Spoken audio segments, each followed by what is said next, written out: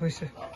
নমস্কাৰ, চপাই থিয়েটাৰ পৰিচালনা সমিতিৰ তৰফৰ পৰা সকলোকে আমি স্বাগতম জনাইছোঁ আৰু আমাক এতিয়ালৈ যিসকল দৰ্শকে টিকেট লৈ আমাক সহায় কৰিছে তেওঁলোকক কৃতজ্ঞতা জনাইছোঁ। কিন্তু আমাৰ বিভিন্ন ঠাইত কথা এটা ওলাইছে যে চপাই থিয়েটাৰ পৰিচালনা সমিতিৰ টিকেট হে গৈছে। আচলতে এইটো শুদ্ধ কথা নহয়। চপাই থিয়েটাৰ পৰিচালনা সমিতিৰ হয় আজি 3 দিন ধৰি আমি দৈনিক টিকেট আমি দি আছোঁ। গতিকে দৈনিক টিকেটৰ মাত্ৰ 80% টিকেট আমাৰ এতিয়াও আছে, মাত্ৰ 20% টিকেট আমাৰ বিক্ৰী হৈছে।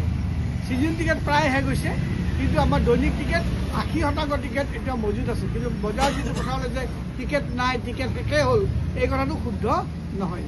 গতিকে মই আশা কৰিছোঁ যে আমাৰ অহা 8 তাৰিখে অহংকাৰ, 9 তাৰিখে মীনাক্ষীৰ সংগীত সন্ধিয়া আৰু 10 তাৰিখে গিৰিকদাৰ কইনা আহিছে। এই 3খন নাটক চাবলৈ দলে বলে আহক। আমাৰ সন্ধিয়া 5 বজাৰ পৰা টিকেটৰ ঘৰ আমি মুকলি কৰিছোঁ। আপোনালোকে সন্ধিয়া 5 বজাৰ পৰা 7:30 বজালৈ টিকেট ল'ব পাৰিব। অৱশ্যে শনিবাৰ ৰবিবাৰৰ পৰা ৰাতিপুৱাৰ ভাগত 10-11 বজাৰ পৰাই আমি টিকেট দিম। টিকেট আমাৰ মাজত মজুত আছে, আহিব, সকলোৱে সহায় কৰক। আপোনালোকে থিয়েটাৰখন চালেহে আমি কেইটামান টকা ৰাহি কৰি সমাজৰ উন্নয়নবিলাক কাম কৰিব পাৰিম। তাকেই কামনা কৰি সকলোকে আমাৰ দলে বলে আহক, চপাইত আবাহন থিয়েটাৰ চাওক। ধন্যবাদ।